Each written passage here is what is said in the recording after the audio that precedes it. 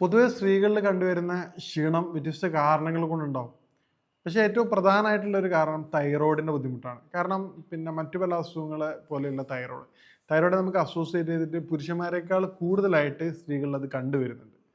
അപ്പം എന്താണ് തൈറോയ്ഡ് എന്നും അതിൻ്റെ ലക്ഷണങ്ങൾ എന്തൊക്കെയാണെന്ന് നമുക്ക് മനസ്സിലാക്കുകയാണെങ്കിൽ നമുക്കത് പൂർണ്ണമായിട്ടും മാറ്റിയെടുക്കാൻ പറ്റും. ഞാൻ doctor Syed Muhsin, chief physician, global Unani hospital.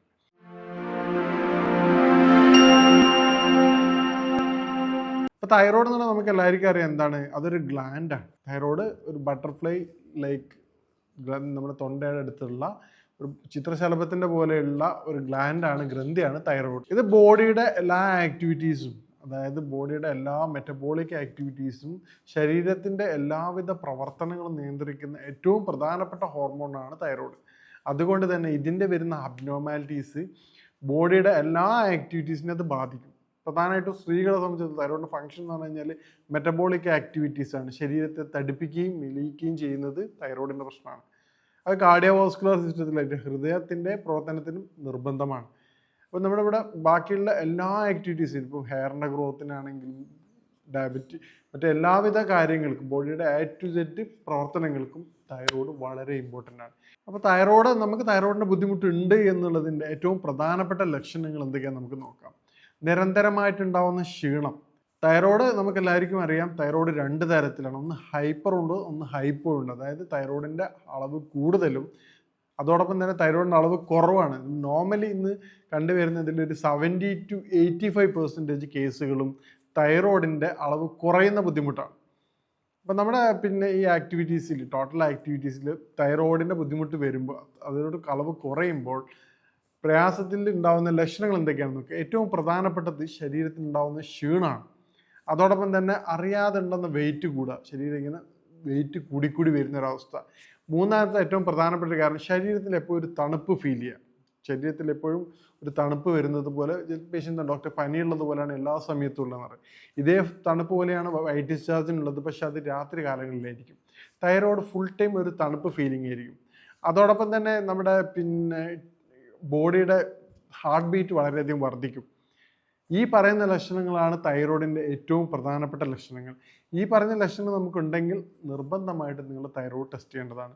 എന്തുകൊണ്ടാണ് സ്ത്രീകളിൽ തൈറോയിഡിൻ്റെ ബുദ്ധിമുട്ട് കോമൺ ആയി കണ്ടുവരുന്നത് നോക്കാം നമുക്ക്.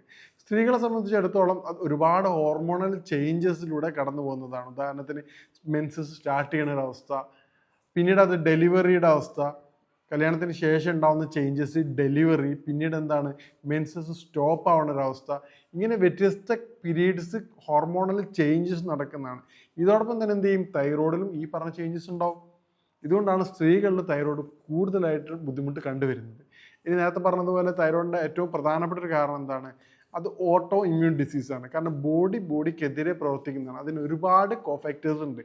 അതിൽ ഏറ്റവും പ്രധാനം എന്താണ്, നമ്മുടെ ഡേ ടു ഡേ ആക്ടിവിറ്റീസിലുള്ള ഒരുപാട്, ഇപ്പം നമ്മളിപ്പോൾ കഴിക്കുന്ന ഭക്ഷണ രീതിയിലായി കഴിഞ്ഞാലും നമ്മുടെ ലൈഫ് സ്റ്റൈലായി കഴിഞ്ഞാലും ഫിസിക്കൽ മൂവ്മെൻറ്റ്സിൻ്റെ കുറവ് അതിൻ്റെ പ്രധാനപ്പെട്ട ഘടകമാണ്. ഉറക്കത്തിൻ്റെ പ്രശ്നം, കൃത്യതയില്ലാത്ത ഉറക്കം, ഈ പറഞ്ഞ കാര്യങ്ങളൊക്കെ എന്ത് ചെയ്യും, ആൻറ്റി ഇൻഫ്ലമേറ്ററി ചേഞ്ചസ് ബോഡിയിൽ ഉണ്ടാക്കും.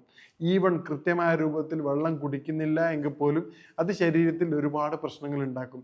ഈ പറഞ്ഞ ആൻറ്റി ഇൻഫ്ലമേറ്ററി ചേഞ്ചസ് ഉണ്ടാകുമ്പോൾ അത് പതിയെ പതിയെ എന്ത് ചെയ്യും, അത് ഓട്ടോ ഇമ്മ്യൂൺ ഡിസീസിലേക്കും മറ്റു പല കാര്യങ്ങളിലേക്കും മാറും. അപ്പോൾ ആ പറഞ്ഞ കാര്യങ്ങളും ലക്ഷണങ്ങളും നമുക്ക് കണ്ടറിഞ്ഞ് എന്തുകൊണ്ടാണ് തൈറോയിഡിൻ്റെ ബുദ്ധിമുട്ട് വരുന്നത് എന്ന് മനസ്സിലാക്കി കഴിഞ്ഞാൽ നമുക്കത് പൂർണ്ണമായിട്ട് മാറ്റിയെടുക്കാൻ പറ്റും. കാരണം ചില ബിസിനസ്സിനൊക്കെ ചോദിക്കാം, ഡോക്ടർ തൈറോയിഡ് പൂർണ്ണമായിട്ട് മാറുമെന്നേക്കും. പൂർണ്ണമായിട്ട് മാറ്റിയെടുക്കാൻ പറ്റാറുണ്ട്. നമുക്ക് എന്ത് ചെയ്യാൻ പറ്റും, ഇപ്പോൾ കഴിച്ചുകൊണ്ടിരിക്കുന്ന മെഡിസിൻസ് ഉണ്ട്, അതുപോലെ തന്നെ ലാബും ടെസ്റ്റ് ചെയ്തുകൊണ്ട്, പൂർണ്ണമായിട്ട് ടെസ്റ്റ് ചെയ്യാതല്ല, ടെസ്റ്റ് ചെയ്തുകൊണ്ട് അതിൻ്റെ ലെവൽ എത്രയുണ്ട് നോക്കി പിന്നീട് ഗ്രാജുവലി നമുക്ക് എന്ത് ചെയ്യാൻ പറ്റും, ഡോസ് കുറച്ച് കൊണ്ടുവരികയും ചെയ്യാൻ പറ്റും. പക്ഷെ അതോടൊപ്പം എന്ത് ചെയ്യണം, നിങ്ങൾ ഈ പറഞ്ഞ ആക്ടിവിറ്റീസ് നിർബന്ധമായിട്ട് ചെയ്യേണ്ടതാണ്. നമ്മുടെ ബോഡിയുടെ ഈ പറഞ്ഞ ആൻറ്റി ഇൻഫ്ലമേറ്ററി ചേഞ്ചസ് വരുത്തുന്ന എല്ലാ കാര്യങ്ങളും ചെയ്ത് കഴിഞ്ഞാൽ നിങ്ങൾക്ക് തൈറോയ്ഡ് പൂർണ്ണമായിട്ടും മാറ്റിയെടുക്കാൻ പറ്റും. രണ്ടാമത്തെ ഒരു കാര്യം എന്താണെന്ന് പറഞ്ഞു കഴിഞ്ഞാൽ, നമുക്ക് ഈ പറഞ്ഞ കാര്യങ്ങൾ ചെയ്യാൻ പറ്റുന്ന ഏറ്റവും സിമ്പിളായിട്ടുള്ളൊരു കാര്യം എന്ന് പറഞ്ഞാൽ ഹോർമോണൽ ബാലൻസ് ചെയ്യാൻ സഹായിക്കുന്ന കലോഞ്ചിയുടെ ഓയിൽ നിങ്ങൾ ഡെയിലി 1/2 ടീസ്പൂൺ കരിഞ്ജീരകത്തിൻ്റെ ഓയിൽ തേനിൽ ചേർത്ത് കഴിക്കുകയാണെങ്കിൽ അത് നല്ല ചേഞ്ചസ് കണ്ടുവരുന്നുണ്ട്. അതോടൊപ്പം തന്നെ ത്രിഫലയുടെ പൗഡർ 1/4 ടീസ്പൂൺ മോർണിംഗും രാത്രിയും കഴിക്കുന്നത് ഡൈജസ്റ്റിന് വളരെയധികം ഹെൽപ്ഫുള്ളായിട്ട് വരുന്നുണ്ട്. ഇതോടൊപ്പം തന്നെ ആവശ്യമാണെങ്കിൽ മെഡിസിൻസും കൂടെ കഴിക്കുകയാണെങ്കിൽ തൈറോയ്ഡ് നമുക്ക് പൂർണ്ണമായിട്ടും മാറ്റിയെടുക്കാൻ പറ്റും. ഇനി തൈറോയിഡുമായിട്ട് ബന്ധപ്പെട്ട സംശയങ്ങൾക്കും കാര്യങ്ങൾക്കും ഈ നമ്പറിൽ നിങ്ങൾക്ക് ബന്ധപ്പെടാവുന്നതാണ്. ഇനി മറ്റൊരു ഹെൽത്ത് വിഷയവുമായിട്ട് കാണാം. Good bye.